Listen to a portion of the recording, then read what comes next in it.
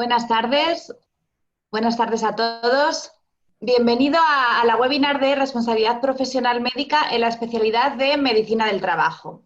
Hoy tenemos con nosotros a los ponentes Macarena Iturmendi, que es abogada especialista en Derecho Sanitario del despacho de abogados de este Legal Group. Y también a Andreu Sánchez, asesor jurídico de la Asociación Española de Especialistas en Medicina del Trabajo y director jurídico de ASPI Prevención. Comentaros que durante la webinar podéis formular cualquier duda o pregunta a través de un acceso que tenéis de preguntas y respuestas en la parte inferior de la pantalla. Los últimos 20 minutos los orientaremos sobre todo a responder cualquier duda que tengáis sobre la temática que vamos a tratar. ¿Os parece?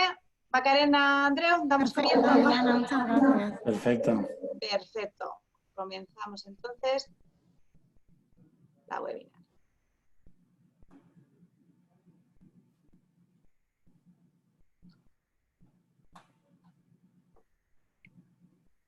Andreu, ¿puedes? Estupendo. Vale. Pues, bueno, como veis, antes que nada os he seleccionado esta noticia que habla de que Sanidad autoriza el procedimiento de actuación de los servicios de prevención frente al COVID. Justo salió publicado hoy por la mañana la versión 9ª de este procedimiento. Por lo tanto, bueno, pues como parte de toda esta situación tan excepcional que hemos tenido, también ha tenido que ver con la cantidad de normativas, procedimientos, versiones. Pensad que el primer procedimiento fue de 28 de febrero, o sea que podríamos decir que en 130 días hemos tenido 9 versiones distintas, o sea, una media de cada 15 días una versión del principal documento que regulaba los actos propios sanitarios frente al coronavirus. Entonces, pasando ya a qué actividades vienen indicadas en este procedimiento, que son actividades que no forman parte normalmente de la medicina del trabajo, pero que ahora pues, bueno, hemos sido requeridos a prestar estos servicios en apoyo del sistema público de salud, pues bueno, veis que tenemos un primer capítulo que ya conoceréis, que es el de los trabajadores especialmente sensibles. Este concepto de especialmente sensible no es el mismo que el del artículo 25 de la Ley de Prevención. Aquí fueron definidas varias patologías que se consideraban que generaban una mayor vulnerabilidad de la persona en caso de contraer coronavirus, ¿no? Estas patologías ya las conoceréis, pero bueno, pues son las de, por ejemplo, diabetes, enfermedad cardiovascular, enfermedad pulmonar crónica, en fin, tenemos varias de ellas, ¿no? Estamos ahora en una fase novedosa con los sensibles, puesto que en una primera etapa se debían localizar y se debía proponer con informe de los servicios de prevención que pasaran a una baja preventiva, pero sin embargo, una vez finaliza el estado de alarma, se considera que todas las personas estamos sometidos a un nivel de riesgo de contagio más bajo, con lo cual ahora lo que se hace es invitar a una revisión de estas bajas, ya que prácticamente se den de alta a todos los trabajadores sensibles, que únicamente siga de baja, pues quizás gente que tenga patologías descompensadas, que bueno, quizás entonces, en el caso de que nos encontremos, de que propongamos que continúe de baja, pero el servicio público curse el alta, porque incluso algunas comunidades han hecho altas masivas, pues bueno, entonces quizás habrá que ver la manera de que continuaran de baja, en este caso por la patología de base y no por la especial sensibilidad. Claro, de esto podríamos hablar mucho más, pero bueno, simplemente comentaros, claro, que el hecho de que una persona sea sensible o no, en principio las medidas preventivas van a ser las mismas para todo el mundo. Es verdad que esta gente, si se contagia, podría tener mayor problemática, pero claro, no vamos a hacer categorías de niveles de prevención distintos. Por lo tanto, bueno, se parte de la idea de que con las medidas comunes deben volver al trabajo, mantener distancia de seguridad, en caso que se considere preciso hacer uso de mascarilla y, por lo tanto, pues seguir trabajando, salvo los casos que realmente tengan una exposición a riesgo biológico porque van a tener contacto con personas sintomáticas, ya el sector sanitario puro y duro, sociosanitario, que tenga contacto directo con pacientes, que entonces ya sería, ahí realmente sí que habría una causa para que siguieran de baja, ¿no?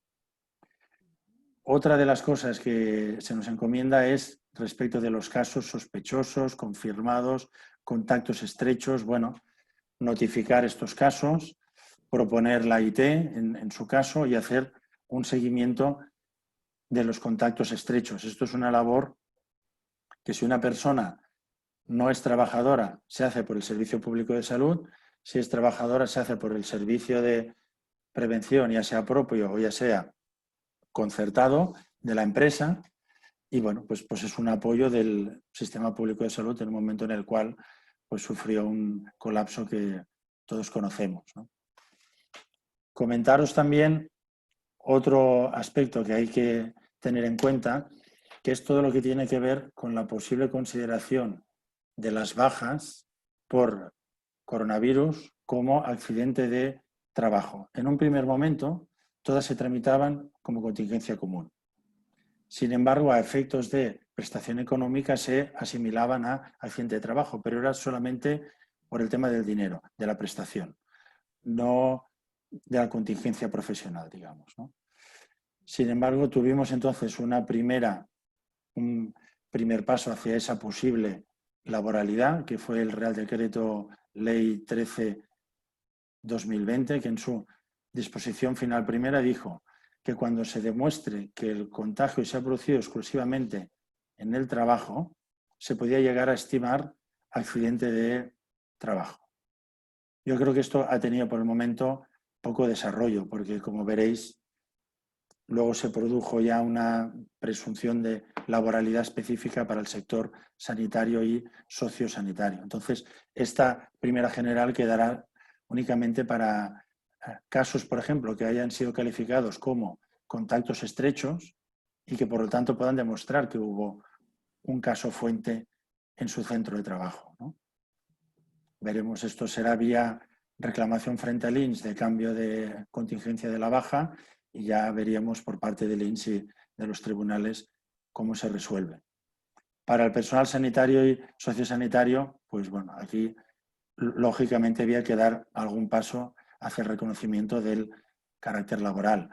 Y se dio con fecha de efectos 28 de mayo, de tal manera que se presume accidente de trabajo y alcanza hasta un mes posterior a la finalización del estado de alarma, o sea, hasta finales de julio, ¿no? En el caso de fallecimientos, esta presunción perduraría durante 5 años desde la fecha del contagio. Para todo esto se requiere un parte de accidente de la mutua y un informe del servicio de prevención. Por lo tanto, aquí vemos una nueva tarea para los médicos del trabajo con estos informes de propuesta de contingencia laboral, digamos, de consideración de accidente de trabajo. Y por último, una nueva encomienda que se ha hecho a los médicos del trabajo, no tanto por parte del Ministerio de Sanidad, que siempre ha querido que los test, los PCRs estuvieran en el ámbito de la sanidad pública, pero bueno, como todos sabréis, por la demanda de algunas empresas, pues los servicios de prevención también han hecho y han vendido estos test, tanto las PCRs como los test rápidos, ¿no? Bueno, esto no ha estado exento de polémica porque bueno, pues, siempre se duda de si son eficaces o no. Bueno, como sabréis, luego tenemos un turno de preguntas y podemos comentar lo que haga falta, ¿no? Pero que una persona dé hoy un resultado de PCR no quiere decir que dentro de 4 o 5 días pueda tener otro distinto, ¿no? De la misma manera que una persona tenga anticuerpos, no quiere decir que quizás en ese momento todavía sea potencialmente contagiosa, con lo cual, bueno, al final hay una estrategia de pruebas combinadas y es algo que algunos servicios de prevención pues también han llevado a sus médicos del trabajo a que lo realizaran. Y entrando ya en el siguiente capítulo, que era el de, tendrá carácter más general, luego ya podremos ir concretando, ¿no? ¿Por qué aspectos suelen haber reclamaciones frente a los médicos del trabajo, ¿no? Claro, yo creo que no las ha habido todavía por el coronavirus, ¿no? Pero vamos a ver las causas más comunes para luego poder pensar respecto del coronavirus, ¿no? Yo las que he visto en mis años de experiencia profesional ha sido, por ejemplo, por no aplicar protocolos específicos acordes con el riesgo laboral. Por ejemplo, tenemos una persona que trabaja con plaguicidas y no hemos aplicado el protocolo de plaguicidas o no hemos mirado, perdonad si no lo dijera correcto del todo, pero no hemos tenido en cuenta las transaminasas año tras año, por ejemplo, ¿no? Hay varios años que no se le hizo, ¿no? Pues por ahí quizás podemos tener un problema por no aplicar el protocolo concreto, ¿no? Esto, claro, siempre requiere, porque el personal sanitario parte de la información de la evaluación de riesgos que se realiza por parte de los técnicos. Por lo tanto, siempre requiere de una gran coordinación interdisciplinar, ¿no?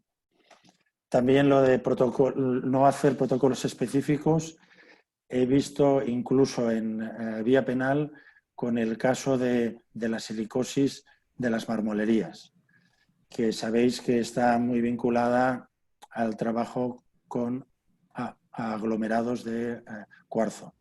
O sea, digamos que en las marmolerías no había silicosis tradicionalmente, cortando piedra natural, pero cuando se empiezan a cortar estas encimeras de colores durante el boom de la construcción, empiezan a aparecer trabajadores silicóticos. Aquí, ¿qué pasaba? Era un riesgo nuevo, emergente, y claro, cuando surge la patología, se mira hacia atrás y claro, no se había aplicado el protocolo de silicosis porque este estaba más bien presente en sectores como minería y no tanto en marmolería, ¿no? Por lo tanto, yo tengo algún sanitario por vía penal pues por no haber hecho placas de tórax en los años 2005, 2006, cuando realmente podemos decir que en esas fechas nadie las hacía. Pero bueno, como luego también comentará Macarena, todo el tema de responsabilidades, bueno, no quiere decir que el sanitario al final vaya a la cárcel ni nada, pero al final todo se suele arreglar con un acuerdo de dinero, pero bueno, pues son casos que pueden existir, ¿no? También con la falta de detección precoz de una patología. Por ejemplo, tenemos un trabajador que le surge un melanoma vinculado con el amianto y entonces, pues claro, vamos a revisar todas las placas anteriores. Claro, cuando ya se sabe el punto exacto donde está, pues es más fácil ver si ya había una pequeña manchita en los años anteriores. Pero bueno, en este caso lo cierto también es que los médicos del trabajo normalmente cuentan con el informe del radiólogo, con lo cual pues van a poder apoyarse en que si el radiólogo dijo que no había ningún hallazgo significativo, pues, bueno, pues ellos no pudieron ir tampoco mucho más allá, ¿no? Posibles errores en la calificación de aptitud. Aquí, perdón, en vez de una C es una P, perdón, perdónate el error, pero bueno, no es que sean posibles errores o no, es que te encuentras un trabajador con silicosis y sacan el apto de hace 6 meses donde era apto sin restricciones. Bueno, pues claro, eso irá en contra del médico, ¿no? O en caso de algún infarto, alguna cosa, ver si en los reconocimientos médicos anteriores se había indicado alguna restricción o no. Y por último, para finalizar un caso que sería muy anecdótico, pues al final los daños que se pudieran causar durante el reconocimiento médico. A ver, casi todas las pruebas instrumentales las hacen los DUEs, también los médicos hacen exploración física.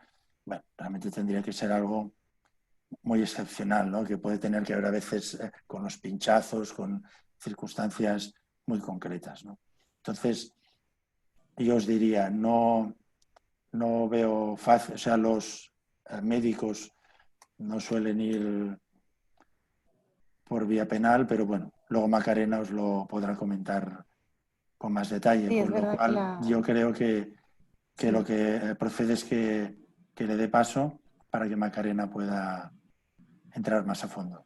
Sí, no, como decía mi compañero Andreu, que realmente que ha sido súper interesante lo que has expuesto y además es que es verdad que es una especialidad que no tiene no demasiado siniestralidad, no tiene demasiado riesgo, pero sí que es imprescindible tener un seguro médico porque existen reclamaciones. Yo voy a hablar más generalmente de las posibles vías de reclamación en general a un sanitario y concretamente a la especialidad de medicina del trabajo. La imputabilidad de esta especialidad, de la especialidad de medicina del trabajo, se relaciona con la actividad propia del médico del trabajo, es decir, la vigilancia de la salud, el tratamiento, el diagnóstico, lo que hablaba un poco anteriormente Andreu, la calificación de una patología producida o condicionada por el trabajo, es decir, todo aquel ámbito del especialista en medicina del trabajo es susceptible de reclamación. También al estar integrados en los servicios de prevención y hacer planes de vigilancia o de rehabilitación de puestos de trabajo, también existe la posibilidad de reclamaciones en relación con estos aspectos. Las vías de reclamación son varias. A diferencia de los 4 órdenes en los que puede ser responsable el empresario, es decir, el penal, civil, administrativo, laboral y social, siempre hablando desde la prestación, hablando desde la prestación y laboral desde el punto de vista disciplinario, los terceros colaboradores, que en este caso sería el médico especialista en medicina del trabajo, serían imputables, digamos, o responsables en la jurisdicción laboral, penal y civil. Empezando luego hablaré un poco de la contencioso y también de las posibles reclamaciones ante el Colegio de Médicos. Pero bueno, empezando por la jurisdicción civil, yo lo que quiero hacer es unos puntos para que comprendáis cuando recibís una reclamación qué es lo que tenéis que hacer y qué supone en la vía en la que estáis, en la vía jurisdiccional en la que estáis, porque muchas veces os llega una reclamación por lo civil o por lo penal y no tiene la misma relevancia que puede tener otra jurisdicción o entre ellas, digamos. En primer lugar, respecto de la jurisdicción civil, lo que tenemos que tener claro es que se trata de una vía pecuniaria, es decir, una vía exclusivamente económica. La reclamación que os puede llegar al puesto de trabajo o incluso a vuestro domicilio es una demanda, no una denuncia, una demanda en la vía civil. Previamente a la demanda puede haber unas diligencias preliminares, que esto es un procedimiento que es para recabar el seguro, por ejemplo, pues la parte contraria quiere recabar el seguro o quiere recabar la historia clínica para ver si su reclamación tiene viabilidad o no, o incluso una conciliación previa. Pero por lo general lo que os llega es una cédula de emplazamiento desde un juzgado de primera instancia y es una demanda. Y esa demanda lo que tenéis que hacer inmediatamente es poneros en contacto bien con un letrado especialista en derechos sanitarios desde nuestra recomendación, puesto que se trata de una hiperespecialidad y es verdad que es importante estar asesorado por abogados que conozcan tanto la doctrina como la jurisprudencia del derecho sanitario y o bien acudir, que además esos abogados lo que hacen normalmente es que tramitamos con el seguro ya lo que es el siniestro, de tal manera que tenéis absoluta cobertura y demás. O bien acudir directamente al seguro y el seguro os pondrá en contacto con algún letrado que os preste asistencia jurídica. Los seguros es verdad que otorgan esta asistencia jurídica desde el punto de vista de la especialización también, pero es imprescindible que acudáis inmediatamente, que recibáis algún tipo de reclamación. Como decía, la jurisdicción civil es una vía absolutamente económica, es decir, la parte que nos reclama únicamente quiere una indemnización económica, no pretende una sanción, una inhabilitación, sino una mera compensación económica, y para eso está vuestro seguro de responsabilidad civil. En la vía civil lo que se dirime fundamentalmente es si ha habido una mala praxis, si hay una causalidad, es decir, si esa mala praxis, si ha existido, es causa directa del daño, y es muy importante también en la vía civil el asunto de la información, es decir, que siempre se informe bien al paciente, que haya una comunicación, que haya un consentimiento informado, que haya una historia clínica que esté bien completa, que nos pueda servir de prueba de que ha habido una comunicación fluida entre el paciente o el trabajador y el médico. Y fundamentalmente eso es la jurisdicción civil. Cuando ya entramos en la jurisdicción penal, ya es una vía que atemoriza mucho más al profesional, puesto que aquí ya nos estamos jugando una inhabilitación, prisión, es decir, ya estamos hablando de delitos y efectivamente nos atemoriza mucho más. La vía penal, cuando tengáis una reclamación por vía penal, lo que os va a llegar es una cédula de citación directamente, a veces acompañada por la denuncia, pero a veces no. A veces simplemente os llaman para declarar como investigados en unas diligencias previas y no sabéis ni qué tema es ni nada. Y por eso, nuevamente, es importante pues, contactar con un letrado, con vuestro seguro, y además de forma rápida, porque es tiempo que tenemos también para que nosotros podamos personarnos en esas diligencias y conocer lo que han sido los autos o lo que se ha practicado hasta el momento, lo que se ha hecho hasta el momento para poder defendernos en esa declaración. La vía penal normalmente se inicia por una vía de instrucción, que es una vía de investigación, no es una vía juzgadora, digamos, sino que es el instructor el que recaba pues la documentación, recaba las testificales, las declaraciones y demás, y determina si existe o no un indicio de delito. Si no existe, archiva, y si existe, pues ya nos vamos al juzgado penal a juicio. Y los tipos delictivos que se barajan en la jurisdicción penal, y concretamente con esta especialidad, bueno, pues suelen ser lesiones, homicidio imprudente o un delito contra la seguridad de los trabajadores. En la jurisdicción contencioso administrativa, lo que hay que tener en cuenta es que en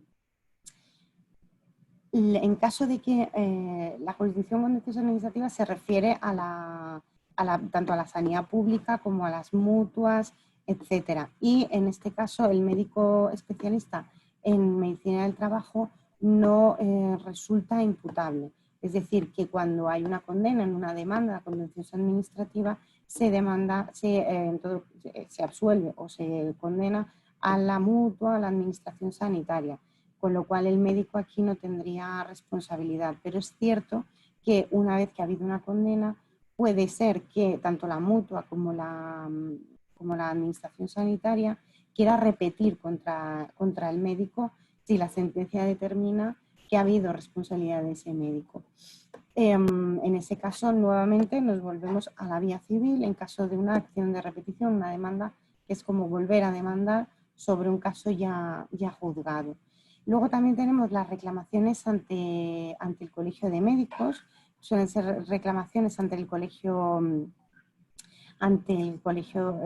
la Comisión Deontológica. Es la Comisión Deontológica la que abre un expediente, y ese expediente lo que viene también es a investigar un poco cómo ha sido la reclamación, qué es lo que piden y si ha habido un quebranto, digamos, del código deontológico médico. Y luego está la vía laboral, pero la vía laboral es verdad que las reclamaciones que se dirimen en la vía laboral son reclamaciones frente a los servicios de prevención, no tratan del asunto de praxis o de RC profesional puramente dicho, que es el que os estoy un poco hablando y poniendo en sobreaviso sobre lo que os puede llegar a casa o os puede llegar a vuestro centro de trabajo, para que sepáis un poco las diferentes vías, lo que se juega en cada vía y lo que tenéis que hacer. ¿Cómo podemos prevenir este tipo de reclamaciones? Este tipo de reclamaciones, y además que Andreu lo ha expuesto también muy bien, se prevén fundamentalmente con la comunicación con el trabajador, con la comunicación con el paciente, con la información. La información es fundamental, es la prueba fundamental para nosotros, que exista un consentimiento informado y que exista un cumplimiento de los protocolos, que eso lo ha explicado muy bien Andreu, el cumplimiento de los protocolos y la cumplimentación de la historia clínica. La cumplimentación de la historia clínica es fundamental a efectos de prueba posterior, que muchas veces es verdad que, bueno, que a los médicos nos gusta mucho escribir, pero es verdad que con los años las historias clínicas que estamos viendo en los últimos años están muchísimo más completas y los abogados estamos mucho más contentos porque tenemos más prueba a vuestro favor a la hora de defenderos, y eso es algo fundamental. Y como he dicho antes, pues acudir a un experto que os pueda tramitar el siniestro, que actúe con celeridad y que en el momento en que recibáis cualquier tipo de notificación procedáis a notificar a vuestro seguro, a notificar a vuestro especialista para que tengan margen suficiente de actuación para una buena defensa. Como explicaba antes Andreu, es muy importante la prevención de riesgos. Él ha estado hablando de la prevención de riesgos en la gestión del COVID, que yo creo que es el siguiente punto que vamos a ver, y no sé si quieres tú ampliar algo más. Yo creo que sí, ¿no? Que vas a centrarlo más en la prevención de riesgos, ¿no, Andreu? Sí. Perfecto. Si quieres hacer algún apunte de lo que he dicho, sí, con toda tranquilidad, ¿eh? Perfecto. No, justo reiterar, antes de entrar en las instrucciones más específicas del COVID, pues bueno, sí, eso por parte del personal sanitario siempre muy importante. Pues lo que antes comentábamos, el tema de los protocolos, con lo cual quiere decir tener mucha información sobre el puesto de trabajo, saber realmente cuáles son los riesgos que está expuesto. Y luego también, como tú has dicho, respecto de las historias clínicas, es muy importante la anamnesis. Sí. Habría que tener un poco, yo siempre digo que los médicos que hacen vigilancia de la salud deberían tener casi como una pequeña biblioteca mental de circunstancias críticas. O sea, si yo sé que tengo una persona que me dice que está expuesto a isocianatos, debe salir reflejado por escrito que me dice que no tiene asma. Claro. Porque luego igual resulta que al cabo de 3 años descubrimos que tiene asma desde toda la vida, pero que esté no muy tenemos... individualizado, ¿no? En cada caso, vamos, que esté muy personalizado, ¿quieres decir? Sí, pero, o sea, que cuando tú veas que hay algún riesgo, que hay alguna patología que ahí puede ser crítica, Claro. que quede constancia por escrito que el trabajador refiere que no la tiene, porque si luego resulta que aparece, nadie lo sabía. Claro. Y mirad, comentaros un caso bastante curioso, que fue de una persona que trabajaba de instalador. Entonces resulta que, claro, trabajaba con campos electromagnéticos.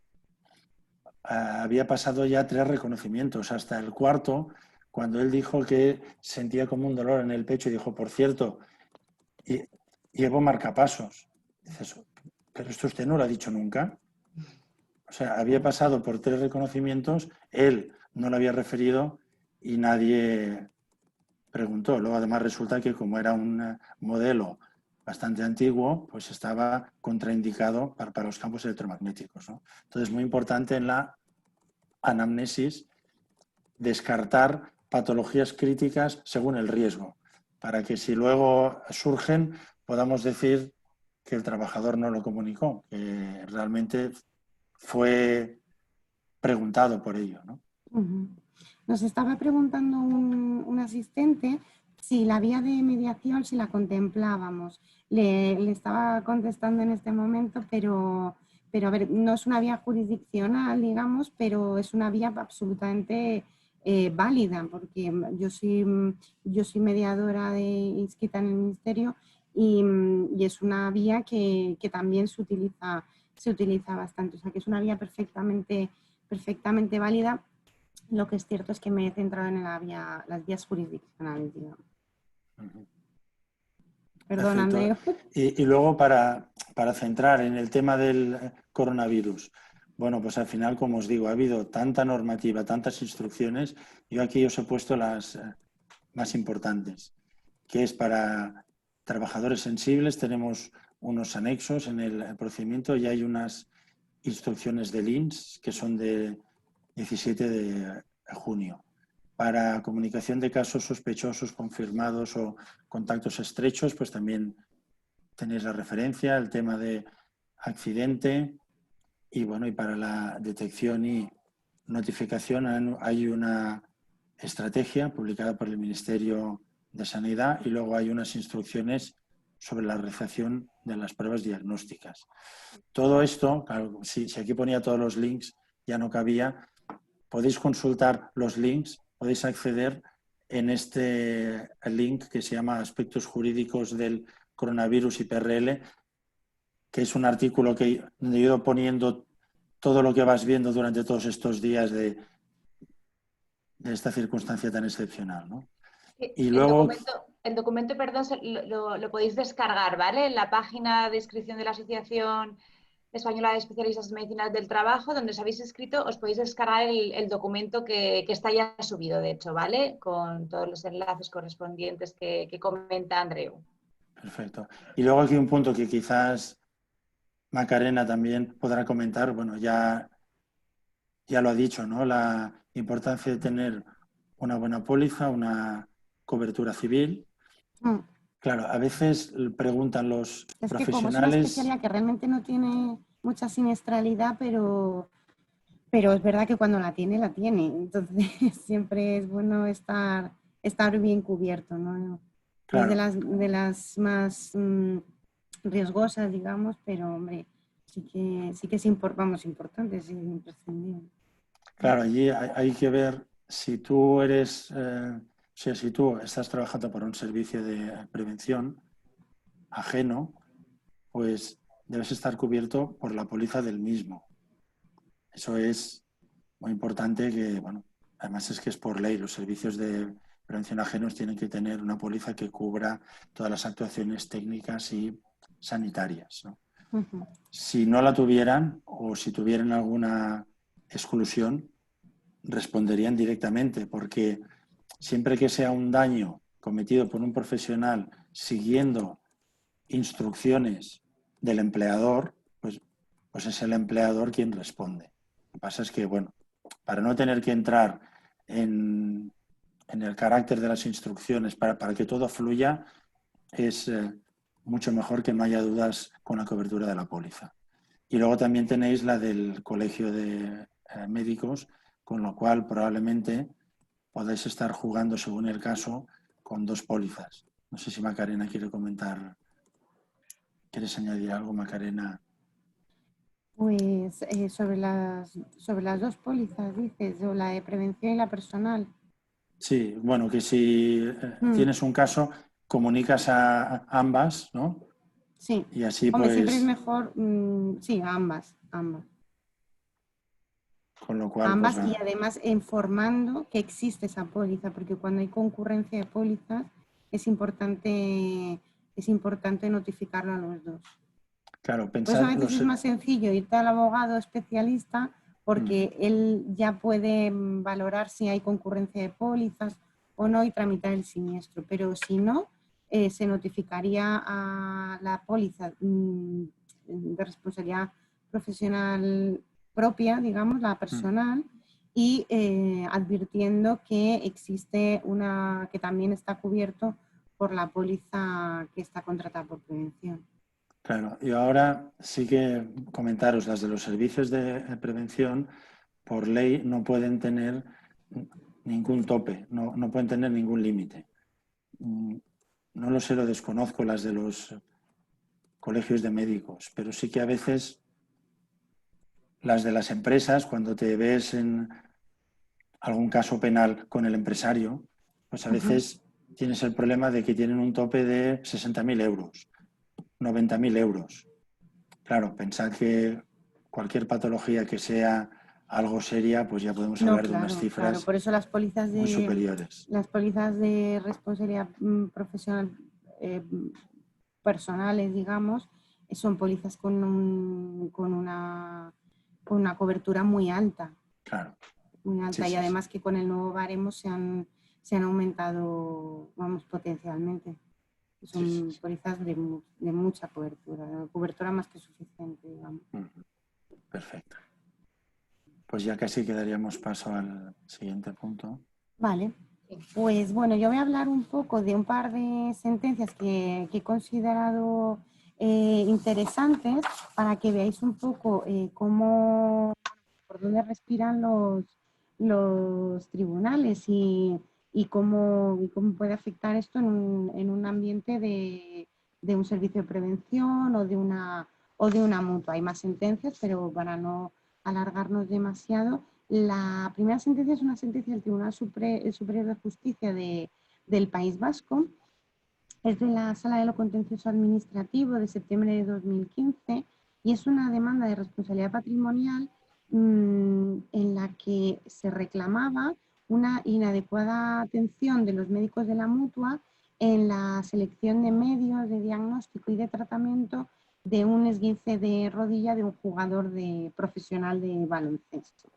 Se le recomienda reposo tras este esguince de rodilla y posteriormente, bueno, al parecer el reposo no era un tratamiento suficiente, era un tratamiento demasiado conservador y finalmente le tuvieron que intervenir. La sala, la sentencia, determinó en este caso que la lesión fue estudiada de forma impecable por el servicio médico del equipo de baloncesto, pero el tratamiento recibido no fue el adecuado, de manera que precisó posteriormente una intervención quirúrgica y en este caso se condena a la mutua por un tratamiento conservador que derivó en una lesión y en un periodo de inactividad de este profesional para seguir en su trabajo y además las lesiones que dicho tratamiento conservador le pudieron causar. En este caso, no sé, la mutua el seguro de la mutua no repitió posteriormente frente a los médicos, pero es verdad que podía haberlo hecho porque la sentencia es muy clara de que determinando que la responsabilidad es del médico. La siguiente sentencia, para ir rápido, es una sentencia de la Audiencia Provincial de Madrid, desde la Sala de lo Civil, es decir, de la jurisdicción civil, y es de una lesión de rodilla de un taxista en su periodo de, estando trabajando, que acudió a la mutua y su traumatólogo en la mutua le indicó una intervención quirúrgica. Este médico no realizó la intervención, pero sí realizó el seguimiento posterior. En el posoperatorio surgió una infección y esta infección, lo que se reclamaba de contrario es que esta infección no fue suficientemente valorada o hubo un retraso, digamos, de diagnóstico de esta infección y que no se instauró la profilaxis antibiótica suficiente o adecuada para esta infección. Finalmente, la audiencia provincial, la sentencia de primera instancia y posteriormente la audiencia provincial corroboró que la asistencia del seguimiento en su mutua fue absolutamente correcta, puesto que la profilaxis antibiótica que se instauró era de amplio espectro y que cuando surgió la infección, pues se le realizó el cultivo necesario para determinar qué antibiótico era el necesario para su patología. En este caso, pues se desestimó la demanda. Y yo creo que había una sentencia, ¿no?, de tuya, Andreu, del tema de la silicosis, que también es súper interesante, que antes has hecho referencia, pero por si la pudieras así comentar un poco cómo fue ese caso, porque es realmente interesante. Sí, bueno, los casos de silicosis son bastante dramáticos porque eso, había un cierto desconocimiento del riesgo. Entonces, a veces te encuentras con que los trabajadores con silicosis son incluso familiares del empresario, que les dijo, oye, que ahora tengo mucha faena con las cocinas, vente aquí para echarme una mano. Y resulta que los propios familiares luego contrajeron silicosis, ¿no? Bueno, al final este caso terminamos pactando con el fiscal, porque si no íbamos todos para juicio, pedían 1 año y medio de prisión y bueno, pues de esta manera al final pactamos una condena que quedaba en una multa. Sí que es verdad que aquí el médico, porque estaba tanto la parte técnica como la parte médica, el médico, como iba con el abogado del colegio de médicos, pues la verdad es que les dolía mucho porque, claro, si tú pactas, de alguna manera reconoces parte de culpa, ¿no? Pero ese principio de que más vale un buen acuerdo que un mal juicio, ¿no?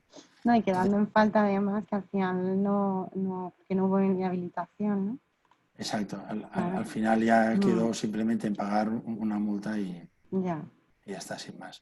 Y luego sí que he estado mirando algunas sentencias que pudiera haber relacionadas con el coronavirus y aquí, pues bueno, las únicas que hay hasta la fecha es una famosa de Teruel, que dice que la Diputación de Aragón incumplió su deber de protección y que no garantizó la seguridad de su personal sanitario que estaba en contacto con personas contagiadas, y ha habido otra muy similar del Tribunal Superior de Justicia del País Vasco que dice lo mismo de Oscaireta, del Servicio Público de Salud Vasco. Sí, la de Teruel yo creo que fue la primera, ¿verdad? Sí.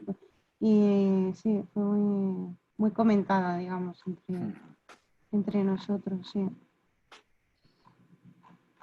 Pues muchísimas gracias, Macarena, Andreu, por vuestra exposición. Si os parece, ahora comenzamos un turno de preguntas, ¿vale? Yo he ido recogiendo algunas de las preguntas que han planteado los participantes antes de la webinar, ¿vale? Y durante esta también se han planteado algunas en el chat. Entonces, si os parece, os voy realizando algunas de ellas y vamos a intentar responder a todas las que podamos para de esta forma solucionar las dudas. ¿Os parece? Sí, sí, perfecto. De acuerdo. Una pregunta para Macarena, ¿vale? Macarena, ¿es frecuente que además al profesional médico se demande a la mutua o al servicio de prevención de riesgos? Y en este caso, ¿cómo se reparte la culpa o la responsabilidad? Claro, pues por eso es importante conocer la jurisdicción en la que nos estamos moviendo, porque si se demanda o se denuncia tanto al profesional como al servicio de prevención como a la mutua, las responsabilidades, por ejemplo, en el ámbito civil o en el ámbito contencioso administrativo, las responsabilidades, digamos, que se diluyen, que son responsabilidades solidarias, con independencia de que luego en la sentencia se determine bien quién ha hecho qué o qué responsabilidad tiene cada parte, pero son responsabilidades mucho más diluidas de la que puede ser en la jurisdicción penal. En la jurisdicción penal uno se acota a la actuación y a la obligatoriedad de cada uno. Entonces, son responsabilidades mucho más acotadas y que se determinan individualmente, no de una forma mucho más colegiada, digamos, que en el resto de jurisdicciones. Pero sí, puede ocurrir. Perfecto, gracias, Macarena. Andreu, otra pregunta. ¿El COVID-19 es un riesgo laboral o de salud pública? Pregunta un participante. A ver, digamos, el COVID-19 realmente solo sería un riesgo laboral para personal sanitario o sociosanitario por cuyo trabajo deba tener contacto con pacientes de COVID. Eso sí que tienen, porque bueno, se rigen por el Real Decreto de riesgos biológicos, por el 664/1997. Para el resto realmente, pues es un riesgo, vamos a decir, que es circunstancial, el que se produzca en el ámbito laboral o cuando vas al supermercado. Lo que pasa es que, bueno, pues al final esto ha tenido tales dimensiones que, bueno, de alguna manera se ha tutelado que los empresarios en sus centros de trabajo velaran por el cumplimiento de las medidas que no son tanto preventivas al uso, digamos, sino sanitarias marcadas por el Ministerio de Sanidad. Por eso, pues, porque es un riesgo colectivo, porque es un riesgo común. De acuerdo. Muchas gracias, Andreu. Otra pregunta para Macarena. Macarena, en caso de responsabilidad civil, además del aseguramiento de la entidad empresa, ¿deberá ser exigible algún seguro privado? Sí, es lo que hablábamos antes, que tanto el servicio de prevención, la mutua, la empresa, es decir, es fundamental que el médico tenga su propio seguro de responsabilidad civil, que no dependa de los seguros del centro donde está trabajando, porque luego a efectos de cobertura, lo que decía Andreu, que a veces son coberturas muy, muy bajitas y que al final puede repercutir en su propio patrimonio. Entonces, siempre es bueno tener un seguro de responsabilidad civil individual. Perfecto, muchas gracias. Ahora una pregunta un tanto polémica quizás, André, ¿cómo puede ser que se considere contacto estrecho por debajo de 2 metros si la distancia entre empleados se ha fijado en 1,5 metros? Sí, esta digamos que es la pregunta que nadie comprende, ¿no? Porque una vez finalizó el estado de alarma, se modificó la distancia de seguridad, digamos, la distancia interpersonal, en vez de 2 metros a 1,5. Con lo cual, lo que se dice es que en los centros de trabajo se deberán tomar las medidas para que haya una distancia de 1,5 metros.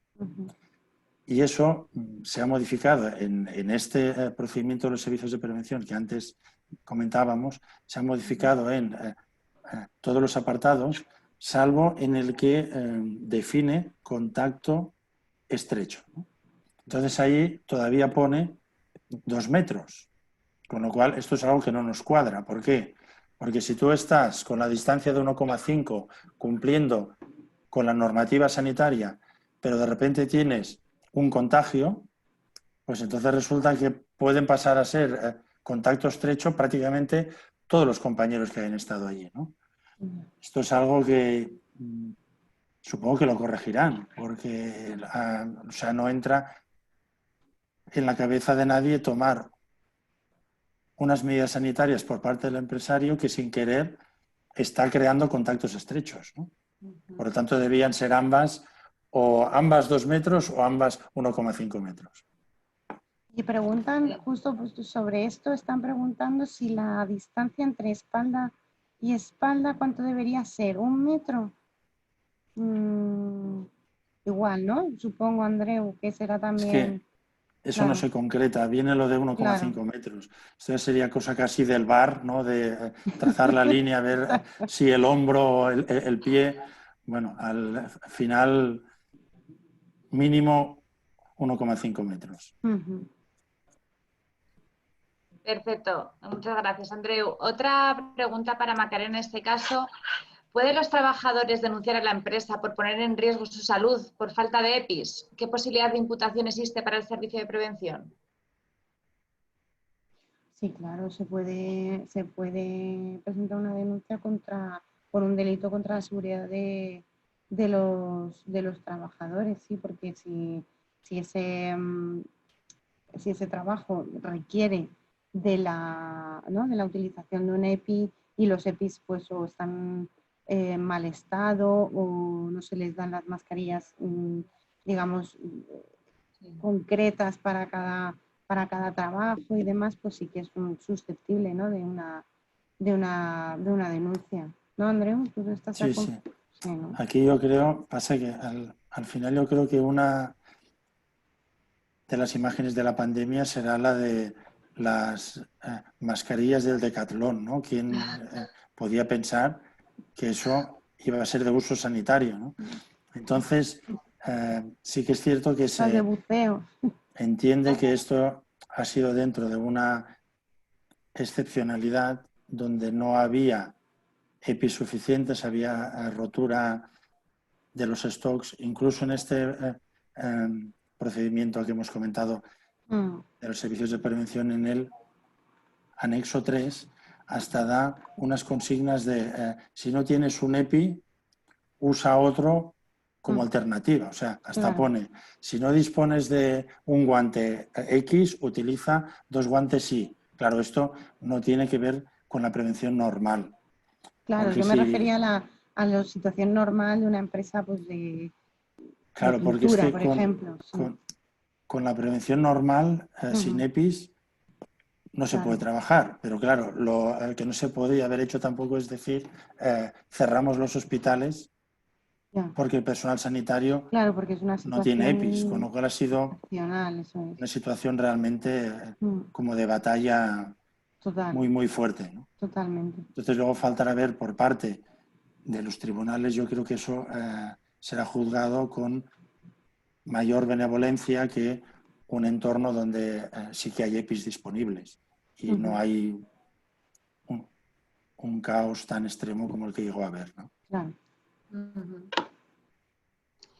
Perfecto, muchas gracias, Macarena, Andreu, que habéis contestado la pregunta. En la línea, al principio comentabas, hablas de los trabajadores sensibles. Nos pregunta un participante si hay que elaborar un listado de los trabajadores especialmente sensibles al coronavirus. Esto a Andreu, mí, sí. sí, a mí o sea, ¿qué es lo que pasa? Que se supone que es bueno tener un listado de esas personas porque son las que pueden presentar mayor vulnerabilidad. Pero por otro lado, también se supone que ahora estamos en un nivel de riesgo común, bajo, para toda la población, salvo algunos puntos específicos donde se produce algún foco, ¿no? Entonces, estas personas que estén en el listado de los sensibles, sus medidas preventivas van a ser las mismas que para el resto de compañeros. Con lo cual a mí no me gusta lo de los listados, porque sin querer podemos marcar como un estigma, ¿no?, sobre la persona. Podemos hacerlo para proteger, pero claro, por parte del empresario, si sabe que puede ser que en octubre venga otro rebrote, pues claro, si yo tengo aquí una lista de la gente que sé que no podrá venir a trabajar, pues quizás si hago algún ERE puede que empiece por Ya ahí, ¿no? sabe, claro, ya sabe por dónde. A mí no me gusta mucho. Lo que pasa es que ya sé que algunos inspectores, algunos empresarios sí que lo piden, pero yo no soy muy partidario. Perfecto. Como os Muchas decía, o gracias. sea, si es un listado que tiene trascendencia preventiva, sí, Sí, pero si las medidas van a ser las mismas para unos y para otros, ahí es claro, donde yo tengo más dudas. eso es. Sí, sí, está claro. Pues otra pregunta, en este caso para Macarena, si el servicio de prevención en el que trabajamos nos manda a hacer nuestro trabajo en instalaciones que no tienen autorización administrativa como centro sanitario, ¿incurriríamos nosotros en alguna responsabilidad civil? ¿Podría nuestro seguro de responsabilidad negarse a cubrir las actividades que desempeñásemos en esas condiciones? No, el seguro no debería de denegar la cobertura, pero es importante que dichas condiciones se pongan en conocimiento pues de la dirección de la empresa sí, o del comité, es decir, que se ponga en conocimiento para que haya digamos, una prueba previa, es decir, vamos a preconstituir prueba. Si nosotros estamos trabajando en unas condiciones precarias, pues es bueno por lo menos cubrirnos o lo que es preconstituir prueba reflejando esa queja para que en un futuro conste que, oiga, yo he estado trabajando, pero lo he puesto en conocimiento. Pero a efectos de cobertura creo que no habría ningún problema porque no hay responsabilidad directa ni voluntaria del médico, ¿no? Y puede ser incluso con su desconocimiento, que no tenga la licencia o los permisos administrativos. Vale. Perfecto, gracias Macarena. Tenemos una pregunta, Andreu, que con esto ya, si os parece, damos por finalizada, os traslado. Andreu, ¿los sanitarios que trabajan para un servicio de prevención están cubiertos por las pólizas de RC de estos? Responsabilidad de estos. Sí, es que debe ser así. Y además, bueno, como ya he comentado, por ley no pueden tener franquicia ni sublímites y sí. Debe quedar cubierto tanto la actuación de los técnicos como la de los sanitarios. Por eso es una RC profesional, ¿no? Y aquí, como antes comentaba también Macarena, si tú como profesional sanitario estás siguiendo instrucciones, ¿no? Si tienes alguna duda, pues quizás pide que te las pasen por escrito, ¿no? Para decir, oye, yo fui allí porque me lo dijeron, ¿no? Al fin y al cabo, si el acto médico que tú haces, tú estás capacitado para ello. O sea, esto pasa también con los test, ¿no? ¿Puedo negarme a hacer un test? Hombre, está claro que entra dentro de tu competencia profesional. Ya, pero es que hay instrucciones que dicen que no está claro que los servicios de prevención deban realizarlos. Bueno, pues que me lo pasen por escrito y así si hay algún problema quedará claro que fue en cumplimiento de una orden. Siempre que sea un acto médico que esté capacitado para hacer, debo quedar cubierto por esa orden. Yo no he actuado por mi cuenta de riesgo, sino siguiendo unas instrucciones. Eso es, sí. Vale, perfecto. Ya, si os parece, hacemos unas breves conclusiones en un minuto, Macarena, Andreu. ¿Qué comentaríais o algo que anotaríais para concluir la webinar respecto a lo que hemos hablado? ¿Algunas conclusiones prioritarias principales que sí, bueno, pues sobre trasladaríais? todo que es verdad que medicina del trabajo no es una responsabilidad, vamos, no es una especialidad de alta siniestralidad, pero sí que existen reclamaciones que vemos no a diario, pero sí que vemos frecuentemente y por tanto, y dirigidas directamente al especialista y por tanto es importante estar cubiertos por un seguro de responsabilidad profesional propio, digamos, individual. Luego lo que diría es pues la calma y la calma y a la vez la celeridad en notificar cualquier tipo de reclamación que os llegará a lo largo de vuestra vida profesional. Y respecto del más centrado en el COVID, que es lo que ha hablado Andreu, pues dinos un poco, porque yo fundamentalmente me centraría en Algunas eso porque... conclusiones, Andreu, en Sí, esta línea. pues bien, primero que está claro que el coronavirus ha sido un gran reto para la medicina del trabajo, porque ha habido que hacer cosas que no se hacían normalmente. Por ejemplo, las consultas con los sensibles, seguimiento de los contactos estrechos, todo esto se hace telefónicamente. Entonces, quizás la reflexión es, bueno, vamos a ver cómo quedará toda la medicina del trabajo post-COVID, ¿no? Porque, bueno, realmente se ha tendido siempre a que todo fuera muy presencial, que la gente venga, pero ahora, partiendo de la base de que casi todos los reconocimientos médicos tienen carácter voluntario para el trabajador, pues puede haber también cierto temor, ¿no? Mientras todavía no esté el virus erradicado, ¿no?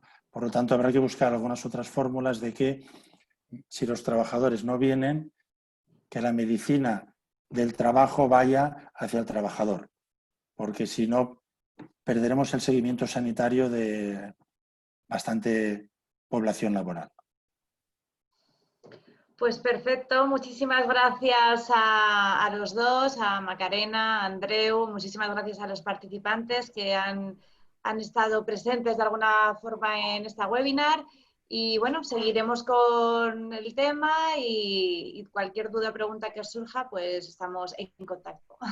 Muchísimas gracias a todos. Gracias. Gracias. Gracias.